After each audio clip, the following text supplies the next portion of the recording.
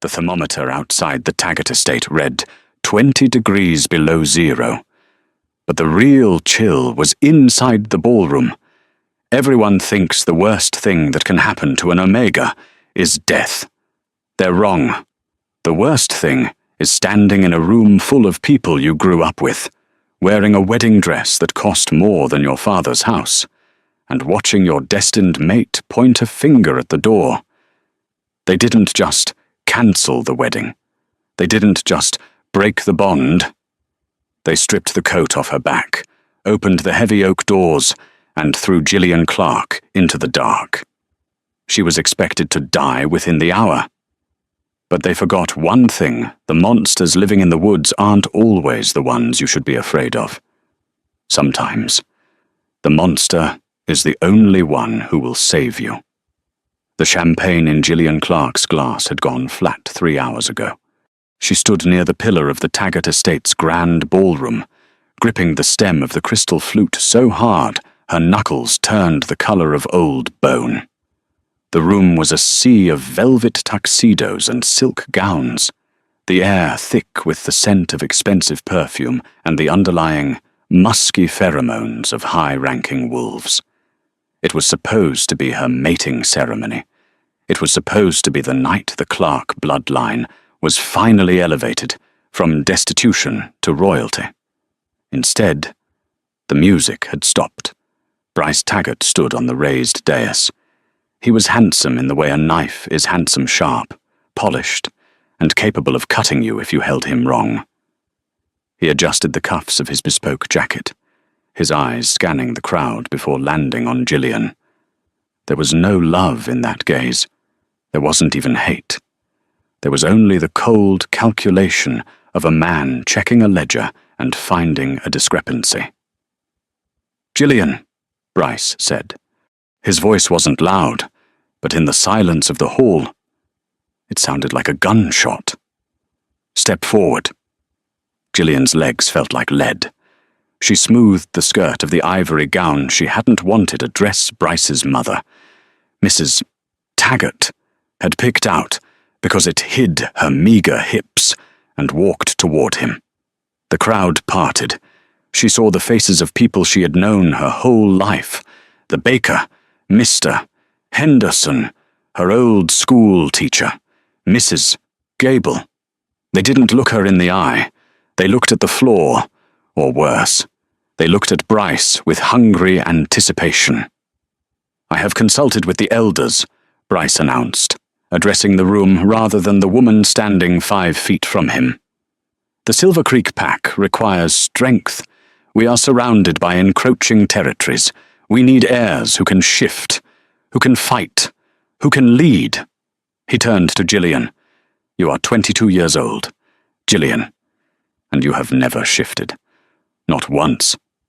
A murmur rippled through the crowd.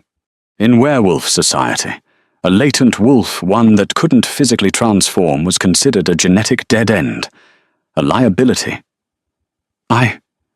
I can still feel the pack bond." "Bryce," Gillian whispered, her voice trembling. "My grandmother was a late bloomer. It happens. Please." Bryce laughed, a short, dry bark of a sound. "A late bloomer, or just broken, I cannot mix Taggart blood with a defect. The contract is void." Gillian felt the blood drain from her face. "Void, but my family sold our land to pay for the dowry. If you void the contract." "Then your family is unfortunate," Bryce cut in. He stepped down from the dais and loomed over her. He smelled of cedar and arrogance. "But I am not a cruel man. I won't kill you for your failure. But you cannot stay here. An unmated, wolfless female has no place in Silver Creek." From the shadows of the stage, a woman stepped forward. Lydia. She was tall, luscious, and had shifted for the first time at 13. She was wearing a red dress that looked like a spilled wound. She walked up to Bryce and looped her arm through his. "Take it off," Lydia said, smiling at Gillian. "What?" Gillian breathed. "The dress," Lydia said, her voice dripping with mock sweetness. "It belongs to the future alpha female. That isn't you, sweetie. And the coat, that's taggart fur." Bryce nodded to his security detail. 2 massive enforcers. Men Gillian had shared lunch with in the pack cafeteria just last week. Stepped forward. They didn't speak. One grabbed her arm. The other grabbed the delicate lace of the bodice. "No, please," Gillian screamed, trying to pull away. "Bryce, don't do this. It's freezing outside." "Then you better start running," Bryce said, turning his back on her. "Maybe the exercise will finally trigger that wolf of yours." The sound of tearing fabric echoed through the hall.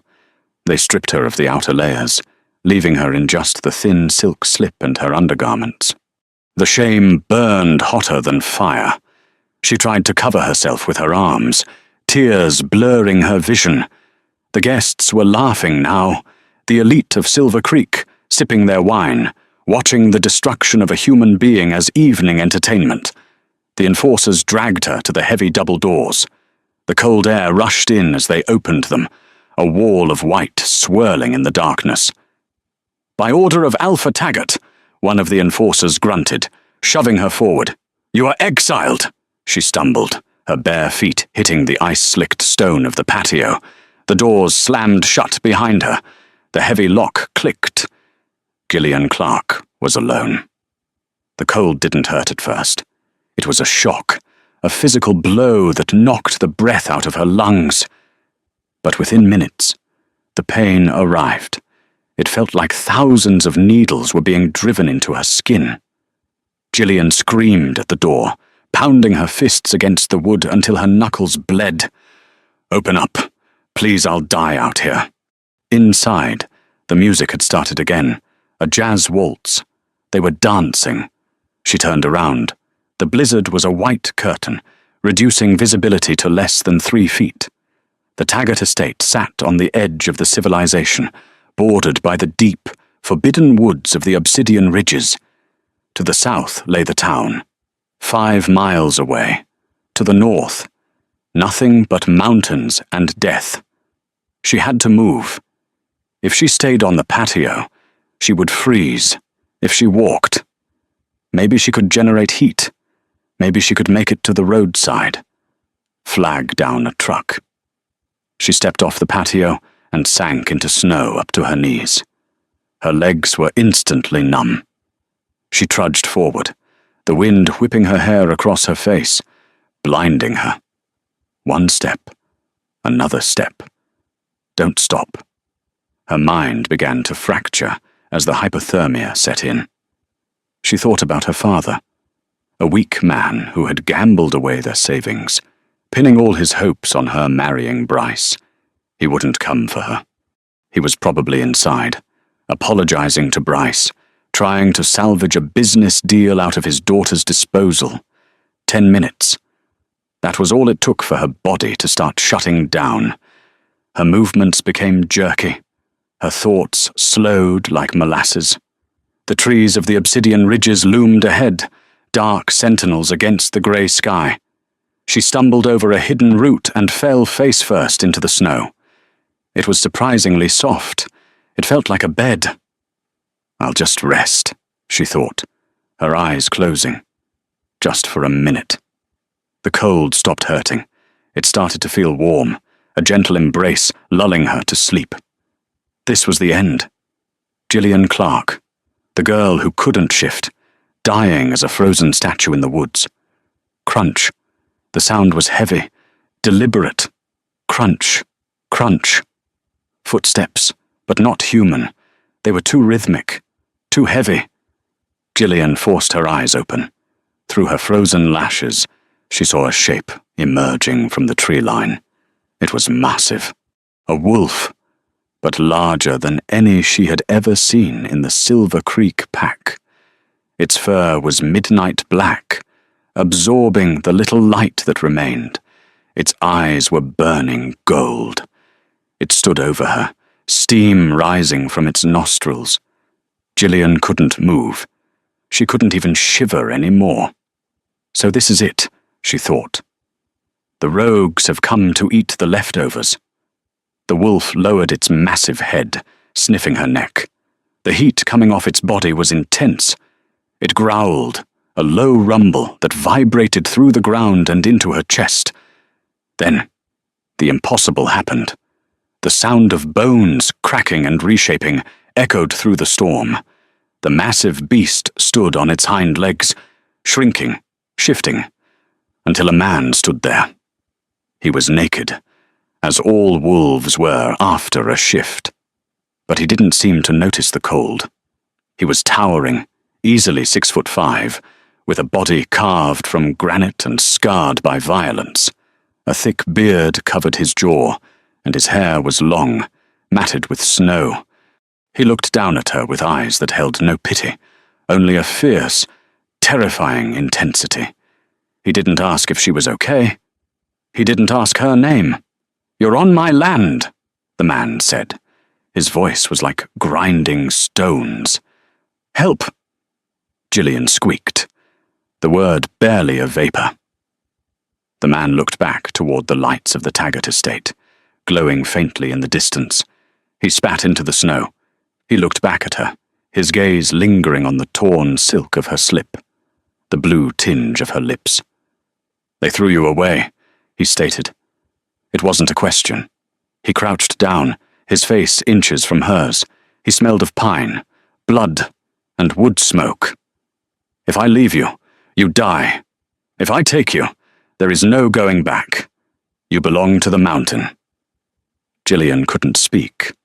She just reached out a trembling hand, her fingers brushing his knee.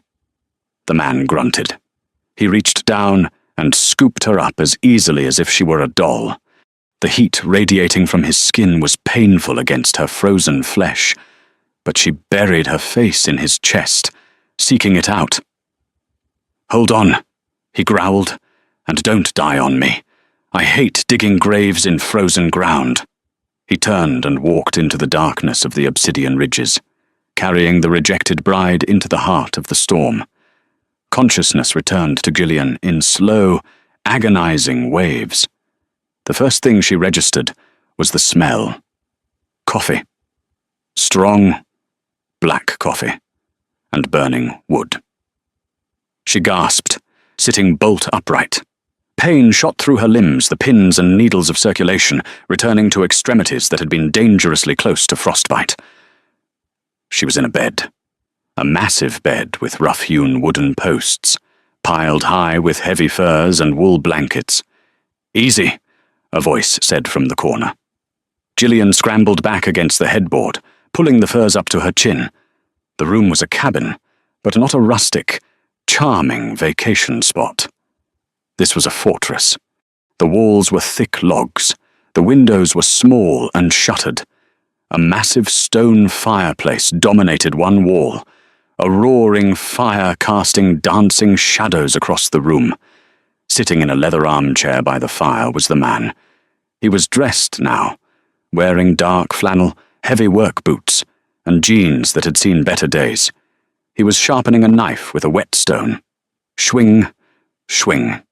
The rhythmic sound was hypnotic and terrifying. "Who are you?" Gillian asked, her voice raspy. He didn't look up. "Drink the mug on the table. It has willow bark and honey. It'll help the fever."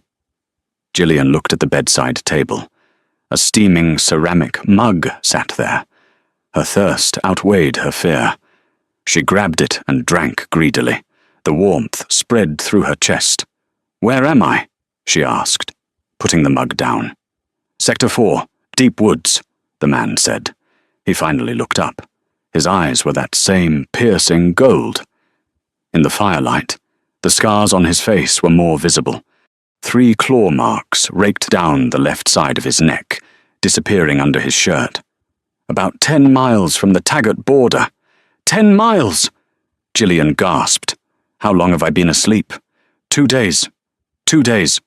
She threw the covers off, intending to jump out of bed, but realized she was wearing a t-shirt that was 5 sizes too big for her. It smelled like him. She froze. "My clothes.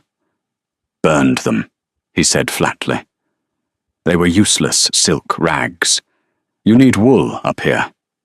He stood up. The room seemed to shrink. He was overwhelmingly large. He walked over to the stove and poured himself more coffee. I need to go back, Gillian said, though the words tasted like ash. My parents, they don't know. Your parents signed the exile papers yesterday morning, the man said.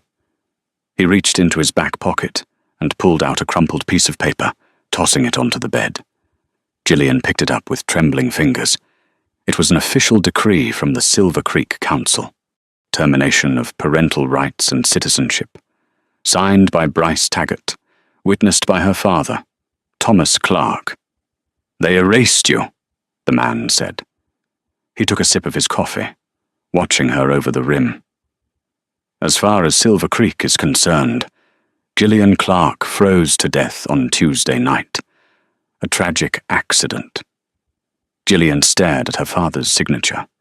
The betrayal cut deeper than the cold ever had. She crumbled the paper, a sob escaping her throat. She curled into a ball, shaking. She expected the man to tell her to shut up, or to leave. Instead, the mattress dipped. He sat on the edge of the bed. He didn't touch her, but his presence was a heavy, grounding weight. Tears won't heat this cabin, he said quietly. Anger will. Gillian looked up at him, wiping her eyes. Who are you? Why did you save me? The man looked at the fire.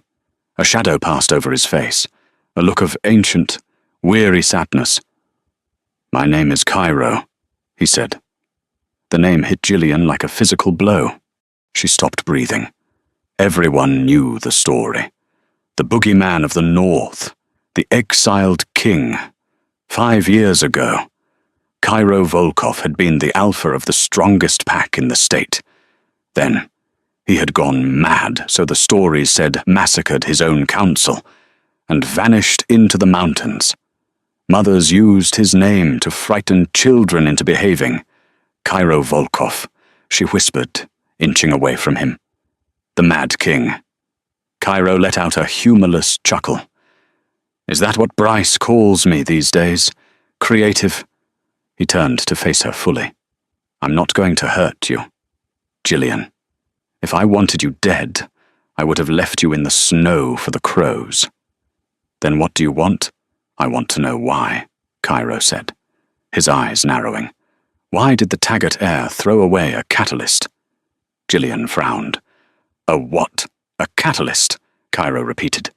He reached out, his calloused hand hovering near her face. You don't know. Do you? You think you're wolfless. I am, she said shamefully. I've never shifted. Because you were poisoned, Cairo said. The silence in the cabin was deafening. The fire popped, a log settling into the embers. What Gillian asked, I smelled it on you the moment I picked you up. Wolfsbane mixed with silver nitrate, diluted over years. Someone has been suppressing your wolf since you were a child. Gillian, Cairo's jaw tightened, and I intend to find out who, because the only reason to suppress a wolf like yours is if they are terrified of what you will become. Gillian stared at her hands. Poisoned by who her parents? Bryce. Why do you care? She asked. Cairo stood up, walking back to the window to peer out at the snow-covered forest. Because the Taggarts took everything from me, too, and I think it's time we took something back. He turned to her, and for the first time, the terrifying intensity in his eyes looked like hope. Or perhaps vengeance. Get dressed. Gillian, we have work to do. The process of removing 15 years of poison from the bloodstream was not a medical procedure. It was an exorcism. Cairo had spent the morning foraging for roots that grew deep beneath the frost line, devil's claw and winterbane. He crushed them into a paste in a mortar made of volcanic rock, his movements efficient and silent. Gillian watched him from the bed, her body aching with a phantom fever. She felt hollowed out by the revelation. Her parents hadn't just neglected her, they had actively clipped her wings to keep her grounded. "This is going to hurt," Cairo warned, approaching the bed with a bowl of dark, viscous sludge. "It will force your body to reject the toxins. You will vomit. You will burn. You will wish I had let you freeze." "Do it," Gillian said, her voice steady despite the fear fluttering in her chest. She had nothing left to lose. He handed her the bowl. It smelled like sulfur and old earth. She drank it in one gulp, gagging as the sludge slid down her throat. For the first 10 minutes, nothing happened. Then, the fire started. It began in her stomach, a roiling heat that quickly spread to her veins. Gillian gasped, clutching her stomach. It felt like someone had poured molten lead into her blood. She screamed, her back arching off the mattress. "Breathe!" Cairo's voice was right beside her ear. He had stripped off his flannel shirt, his skin radiating that intense alpha heat. He climbed onto the bed behind her, pulling her back against his chest, locking his arms around her thrashing form. "Fight it, Gillian. Don't let it consume you." The next 6 hours were a blur of agony.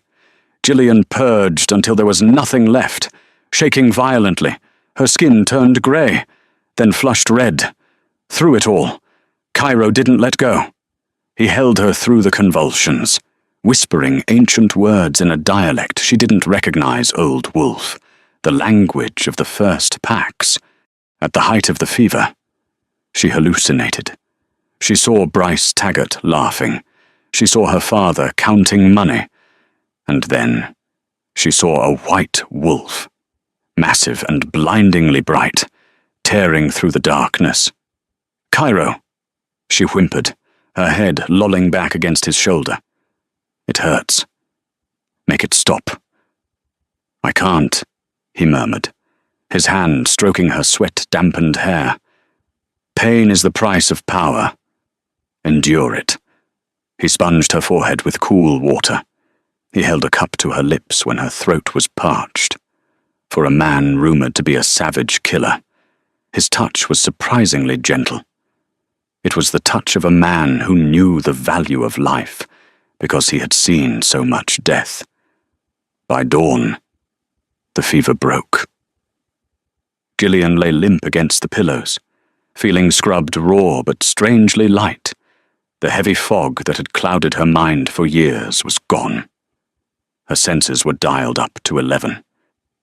She could hear the wind shifting the snow on the roof. She could smell the pine sap in the logs of the wall, and she could smell him. Cairo was asleep in the chair by the fire, his head resting on his hand.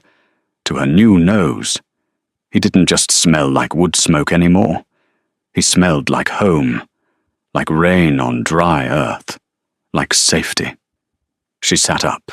Her muscles were sore, but they felt different, denser, charged with electricity.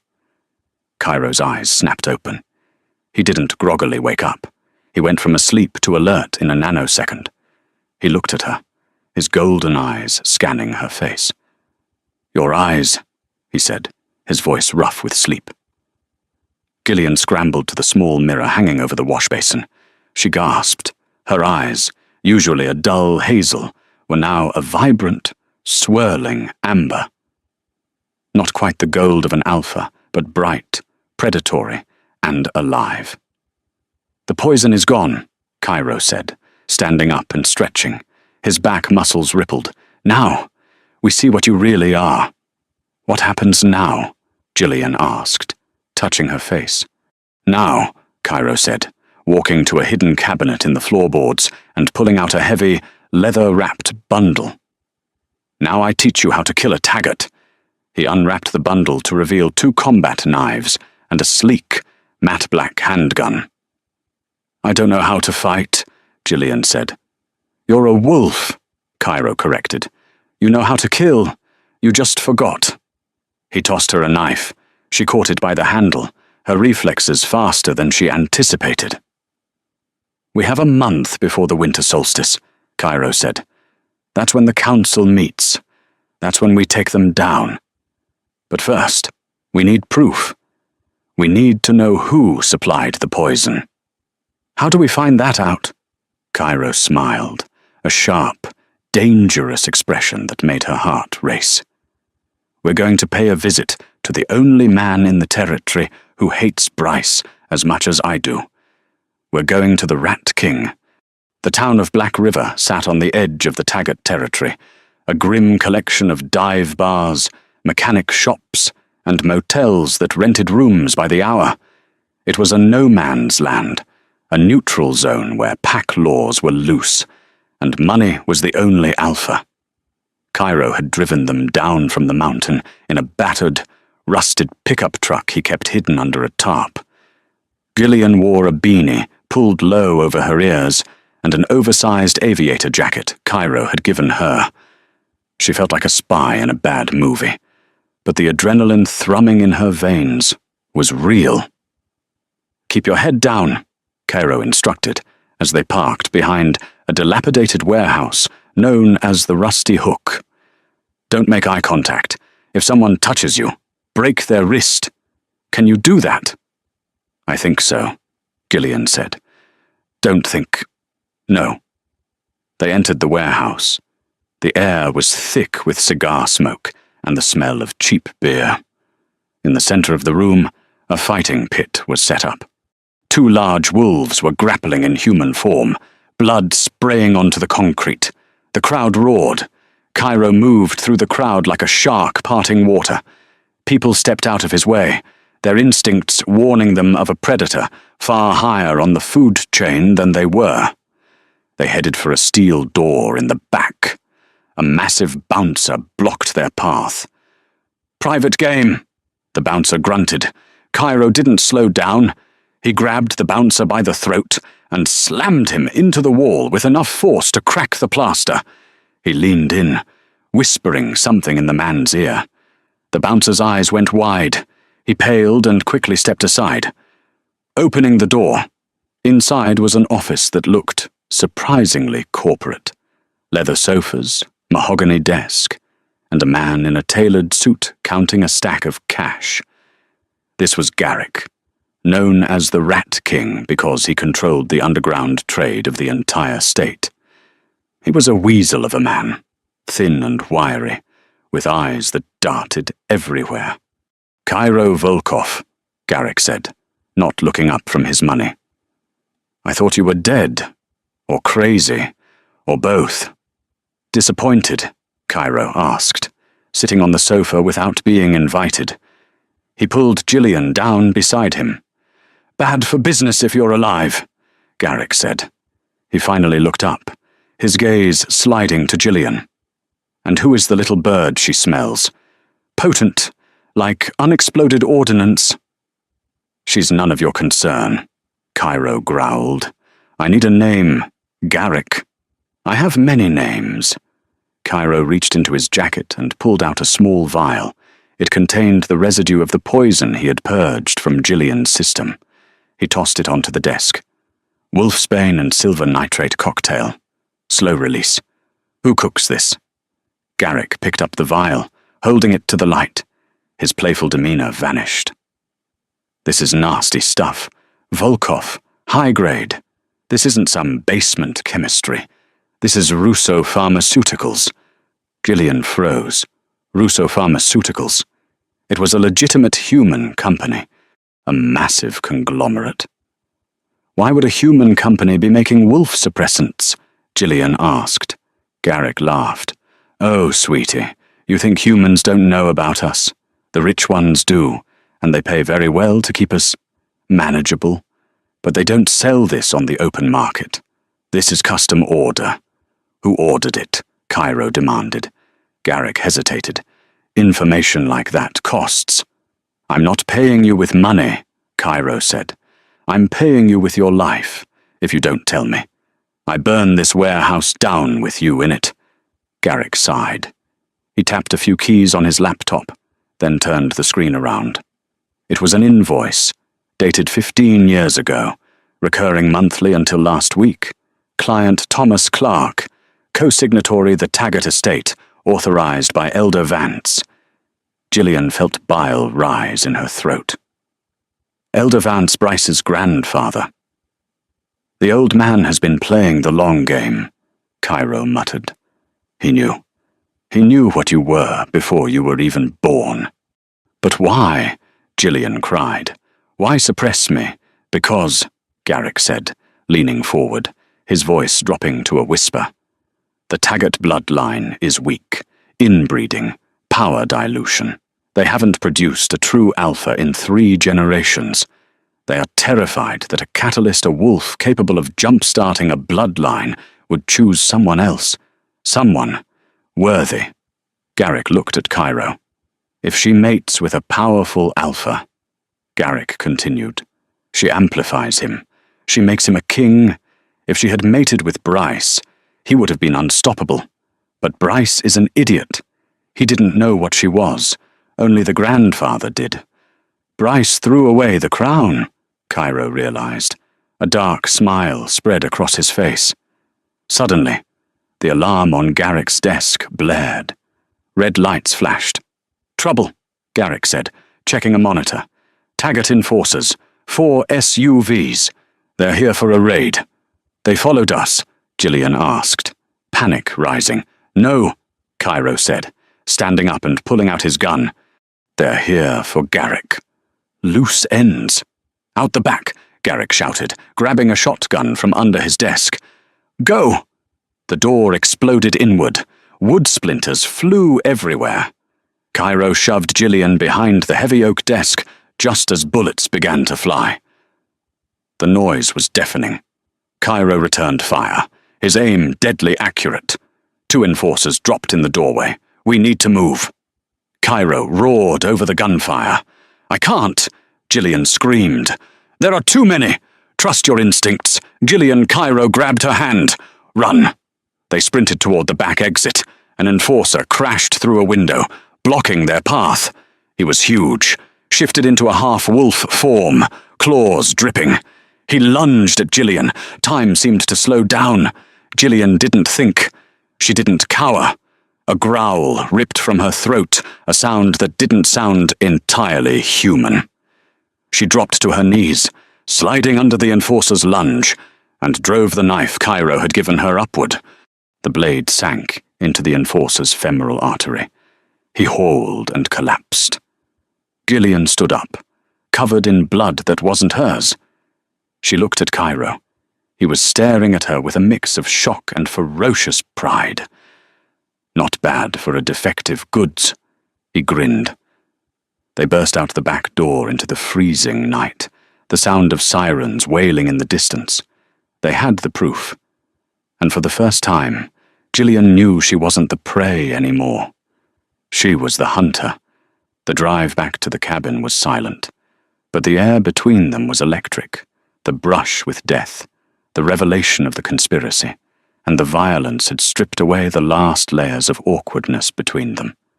When they finally stumbled through the door of the cabin, the adrenaline crash hit them both. Cairo locked the door and threw another log on the fire. He turned to look at Gillian. She was still wearing the blood-spattered jacket. Her hair wild, her eyes glowing in the dim light. You fought well, he said, his voice low. I killed him, Gillian whispered, looking at her hands. She was shaking, the reality setting in. I killed a man. He was going to kill you, Cairo said, stepping closer. He took her hands in his. His grip was warm and solid. You defended your pack. My pack? Gillian looked up at him. I don't have a pack. I'm an exile. You're with me, Cairo said. That makes you a pack of 2. He reached out and wiped a smear of dirt from her cheek. His thumb lingered there, rough against her soft skin. Gillian's breath hitched. The pull she had felt in the woods, the gravity that drew her to him, was suddenly overwhelming. Why did they fear me so much? Cairo, she asked softly. What is a catalyst? Really, A catalyst is a conductor, Cairo explained, his eyes searching hers. You are a vessel of pure lunar energy. You don't just shift, you resonate. If you mate with an alpha, you don't just bear his pups. You take his power and you double it. You heal him. You make him immortal in every way that matters. He stepped closer, his body pressing lightly against hers. She could feel the heat radiating off him, burning through her clothes. Elder Vance knew that if you mated with Bryce, you would realize he was weak, Cairo murmured. The bond wouldn't take. You would have rejected him eventually. And then you would have looked for a real alpha. They couldn't risk that. So they kept you drugged. They kept you small. And now, Gillian whispered. Now you are waking up, Cairo said. His voice dropped an octave, turning into a growl that vibrated in her bones. And I have never wanted anything more in my life. Gillian didn't retreat. She stepped into him. She reached up and tangled her fingers in his long hair, pulling his head down. Then take me, she said. Make me strong. Cairo didn't hesitate. He kissed her. It wasn't a gentle, tentative kiss. It was a collision. It was hunger and desperation and 5 years of loneliness crashing into a lifetime of rejection. He lifted her off the ground, her legs wrapping around his waist, and carried her to the fur-lined bed. When they finally came together, skin against skin, the world outside ceased to exist. And in the moment of their joining, something snapped into place in the universe. A shockwave of energy blasted outward from the cabin. The windows rattled. The snow on the roof melted instantly. Miles away, in the Taggart estate, every wolf woke up screaming as a sudden, overwhelming pressure crushed them into submission. It was the feeling of a king returning to his throne. In the cabin, Cairo threw his head back and roared, his eyes glowing a solid, blinding gold. The scars on his body seemed to glow. He could feel his strength returning, amplifying, becoming something ancient and terrifying. Gillian felt it too. The lock on her soul shattered. She arched her back, a scream tearing from her throat that shifted mid-note into a howl. Her bones cracked and reformed, fluid and painless this time. Where the girl had been, a wolf now stood. But she wasn't just a wolf. She was magnificent. Her fur was pure silver, shimmering like moonlight. She was smaller than Cairo, but she radiated a power that made the air crackle. Cairo shifted too, his massive black wolf towering over her. The black wolf and the silver wolf. Shadow and light. They circled each other on the bed, nuzzling, biting playfully. The bond was complete. The circuit was closed. Cairo was no longer just an exile. He was a super alpha, charged by a catalyst. And Gillian was no longer a rejected bride. She was the queen of the north. As the sun rose, they shifted back to human forms, tangled together in the furs. Cairo kissed her shoulder, his hand resting possessively on her hip. The winter solstice is in 3 days, Cairo said, his voice filled with a dark promise. Gillian looked at him, her amber eyes hardening into steel. Let's go crash a wedding, she said.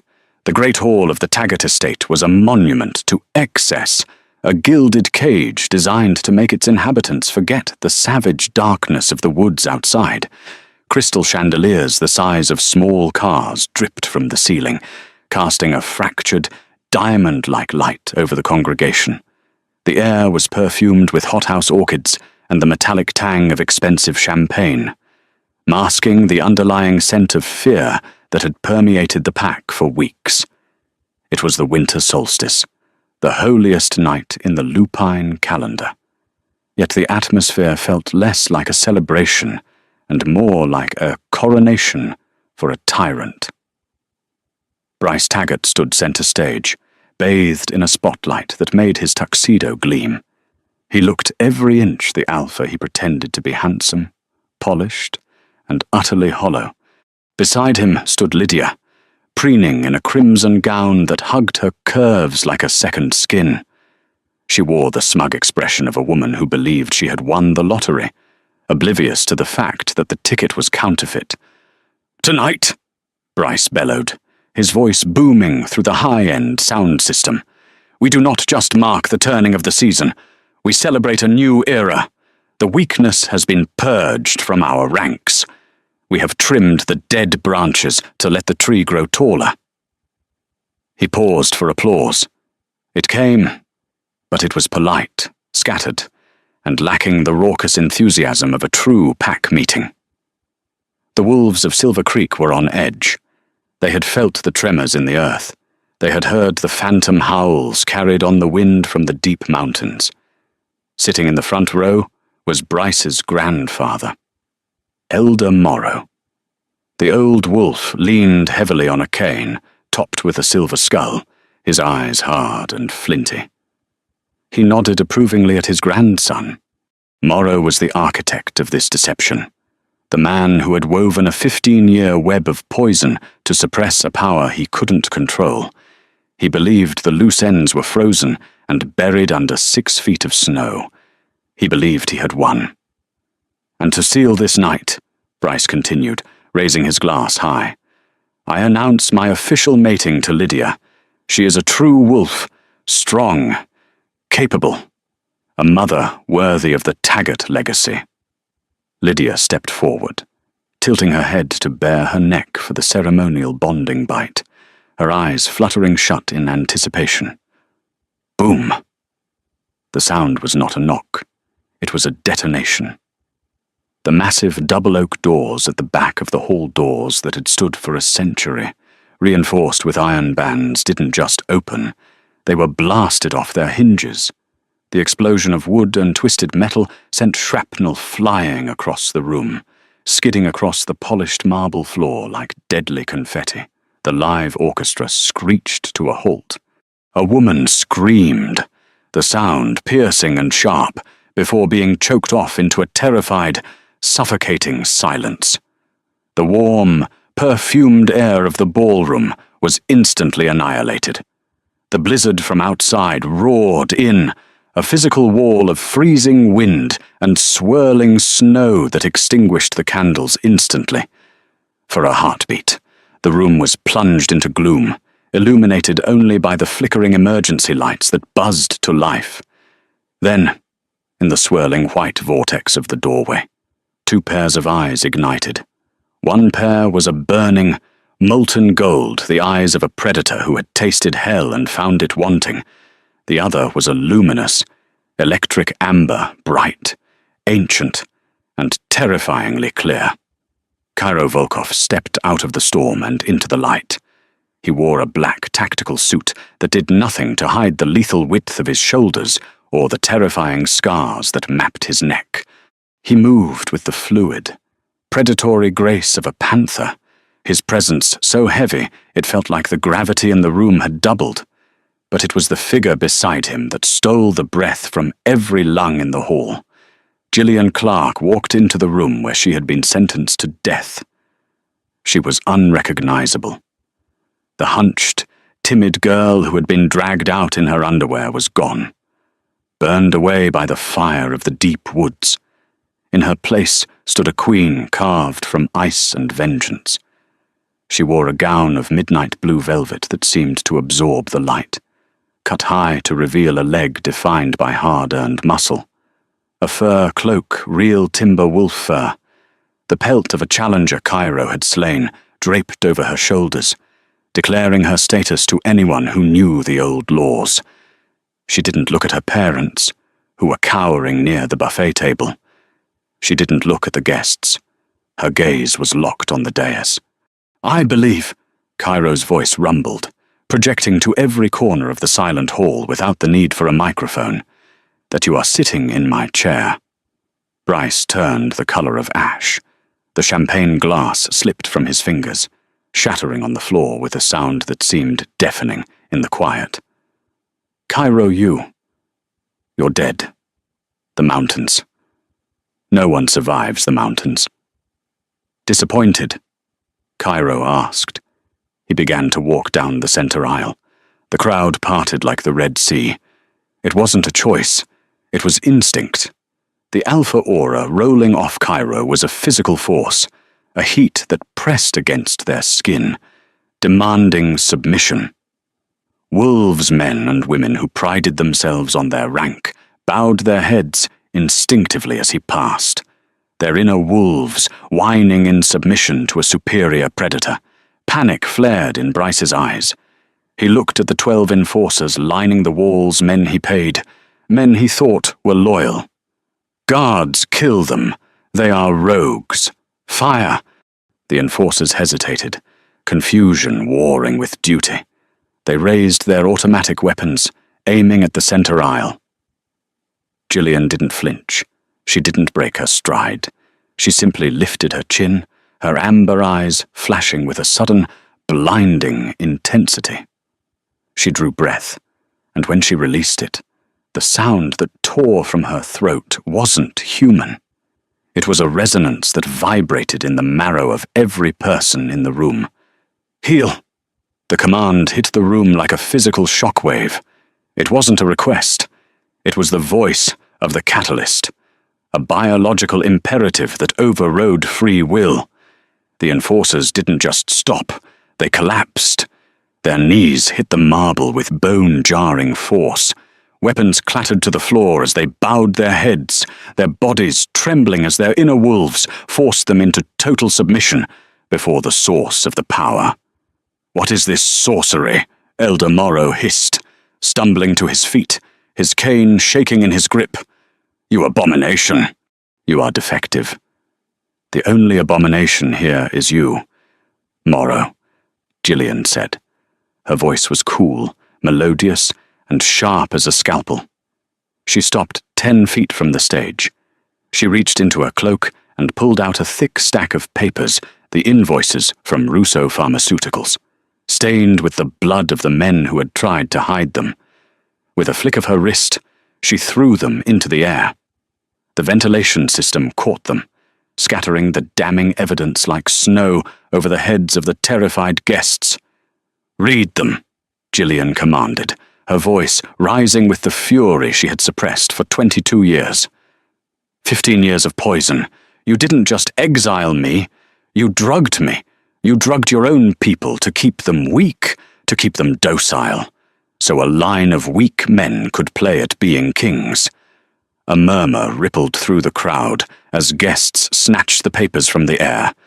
Mr. Henderson, the baker, read one and looked up, his face twisting in horror. "Mrs. Gable." The teacher gasped, clutching the invoice to her chest. The betrayal was absolute. "She's lying," Lydia shrieked, her voice shrill and desperate. She shoved Bryce, trying to spur him into action. "Do something, she's a wolfless freak, kill her." Gillian turned her gaze to Lydia. She smiled. It was a smile that promised no mercy. "Am I?" Gillian stepped back, giving herself room. She closed her eyes and reached for the bond that now tethered her to the moon, to the earth, and to Cairo. Snap, crack. The sound of shifting bones echoed like gunshots. Usually, a shift was painful to watch, a grotesque rearrangement of anatomy. But this was different. This was fluid. It was art. 1 second she was a woman in velvet. The next, a massive silver wolf stood in the center of the hall. She was magnificent. Her fur didn't just reflect light, it seemed to generate it, shimmering with an ethereal, lunar glow. She was sleeker than a male, but the muscle coiled beneath that silver pelt was undeniable. She threw her head back and howled a sound of pure, unadulterated power that shattered the crystal champagne flutes on the tables and cracked the window panes. The pack felt it. The resonance. It was a rush of endorphins, a surge of strength that flooded the veins of every wolf in the room. They felt their own senses sharpen, their own fatigue vanish. They realized, with dawning awe, what she was. "A catalyst," someone whispered reverently from the back. "The legend is real." Bryce saw his support crumbling. He saw the way his pack looked at the Silver Wolf, not with disgust, but with worship. His narcissism fractured into blind rage. "No." Bryce screamed. His eyes went black. He tore at his clothes, his body contorting as he shifted into his brown wolf form. He was large, well-fed, and aggressive. He lunged off the stage, jaws snapping, aiming for Cairo's throat. He intended to kill the rival before the pack could turn. It was a fatal miscalculation. Cairo didn't even bother to shift. As the massive brown wolf leaped through the air, jaws gaping, Cairo simply stepped to the left. He moved faster than the human eye could track. With one hand, he reached up and grabbed the brown wolf by the scruff of the neck in mid-air.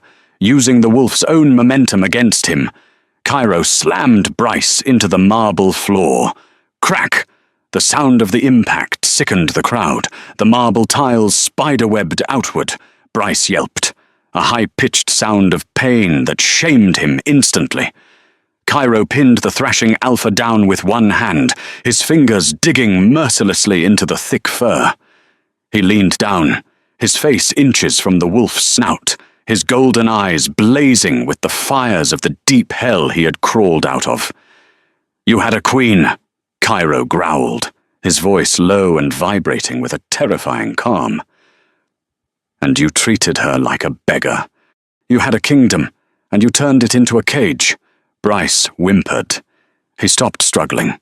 He rolled his eyes back, baring his neck in the ultimate sign of submission. He was broken, not physically, but spiritually. Cairo looked up. The Silver Wolf trotted over, her paws silent on the stone. She shimmered and reformed, the velvet dress cascading back over her human form, as if woven from the mist itself. Gillian stood over her former fiancé, looking down at the creature who had thrown her into the snow. She felt nothing. The hate was gone. The fear was gone. He was just a small, sad man who had inherited a crown he couldn't carry. "Do we kill him?" Cairo asked her, his hand still pinned to Bryce's neck. He deferred to her, making it clear to the room who held the true power. Gillian looked around the room. She saw her parents, pale and shaking. She saw the elders, terrified. She saw the pack, waiting for her judgment. "Death is too easy," Gillian said softly. "He wanted to exile me to the cold. He wanted to erase me." She pointed a manicured finger toward the shattered doors, where the blizzard was still raging, howling against the stone. "Get out," she commanded. Cairo released his grip. Bryce, forced back into his human form by the sheer trauma of the impact, scrambled backward. He was naked, shivering, and bleeding from the nose. He looked at his pack, begging for someone to intervene. No one moved. Even his mother looked at the floor. Lydia was already pulling the diamond engagement ring off her finger, her eyes fixed hungrily on Cairo, calculating her next move, a move she would never get to make. "I said, run," Gillian whispered. Bryce scrambled to his feet and ran. He sprinted past the silent guests, past the overturned tables, and out into the white void. He ran into the darkness, exactly as Gillian had done weeks ago. But unlike her, there was no monster in the woods waiting to save him. There was only the cold. Cairo stood up, wiping his hands on a napkin he plucked from a nearby table. He turned to the crowd. He didn't speak. He didn't have to. One by one, the wolves of Silver Creek dropped to one knee. First the enforcers, then the common families, then the wealthy elite, Gillian's parents, tears streaming down their faces, whether from regret or fear. It didn't matter, fell to their knees. And finally, Elder Morrow, trembling with the realization that his era was over, bowed his head to the floor. Cairo walked to Gillian. He took her hand, raising it to his lips. Then he led her up the stairs to the dais, to the two high-backed velvet chairs that sat empty. He didn't sit. He waited. Gillian sat first. She arranged her dress, rested her hands on the armrests, and looked out at her pack. Her eyes flashed amber, a warning and a promise. Only then did Cairo sit beside her, the king and his queen. "The Taggart reign is over," Cairo announced, his voice finalizing the coup. "The Volkov pack is reborn." Outside, as if commanded by the catalyst herself, the storm finally broke. The heavy clouds parted, revealing a full, bright moon shining down on the pristine snow, illuminating the new rulers of the north. Gillian Clark wasn't just a survivor. She was the storm that had come to clear the air. And as she looked at Cairo, feeling the warmth of his hand over hers, she knew that the best revenge wasn't death. It was living. It was ruling. It was being loved by the monster when the world had called her a defect. She leaned her head on his shoulder, and for the first time in her life, the cold didn't bother her at all. And that, my friends, is the story of Gillian and Cairo. It's a brutal reminder that sometimes your value isn't seen by the people around you because they are looking at you through the lens of their own insecurity. They threw Gillian into the snow, expecting her to fade away. But they forgot the most important rule of nature. Diamonds are forged in pressure, and wolves are forged in ice. She wasn't defective. She was just waiting for the right spark to ignite her fire. It makes you wonder how many of us are letting people who don't understand our worth dictate our happiness. Maybe the wilderness you're afraid of is exactly where you need to go to find your power. Sometimes, the thing that scares you the most is the only thing that can save you. What did you think of the ending? Was exiling Bryce enough, or did he deserve a harsher punishment? And what do you think happened to the parents? Let me know your theories in the comments below. If you enjoyed this story of revenge, romance, and redemption, please smash that like button. It really helps the channel grow. Don't forget to subscribe and hit the notification bell so you never miss a story from the park. I'll see you in the next video. Stay wild.